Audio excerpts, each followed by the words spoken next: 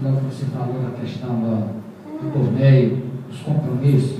Eu acho que não há transtorno maior para quem, na verdade, se programa para fazer um evento. Uma falha, vamos dizer assim, que vem, na verdade, comprometer, seja assim, vamos dizer assim, de qualquer forma, ou pelo menos, em parte, comprometer a questão do evento. Eu acho que se existir um compromisso de alguém para ir lá e fazer a roçagem do campo, eu acho que tinha que ir.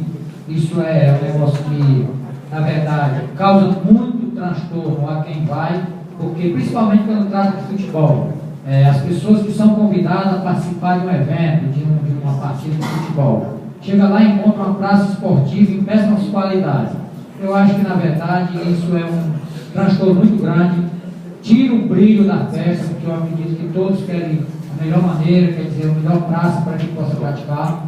E eu acho que se aconteceu isso, se tinha, na verdade, um compromisso, porque às vezes as pessoas, vamos dizer assim, pedem, não tem um posicionamento, não tem um agendamento e diz que está. Eu acredito que, já que essas pessoas dizem, eu acredito que são ligados, inclusive, à administração, porque as pessoas que estavam lá, inclusive, me convidaram, pediram, inclusive, o apoio lá.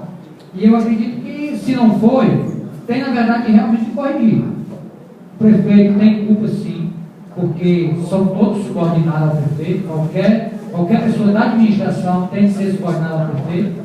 Se alguém deixou de ir executar, se o prefeito, na verdade, autorizou, eu acho que tinha que cobrar severamente, que as pessoas honrassem os compromissos em nome do prefeito, porque, na verdade, como você falou, o nome dele está em jogo, que ele tem a culpa ou não.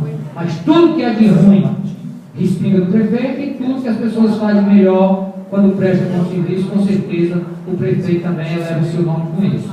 Em relação a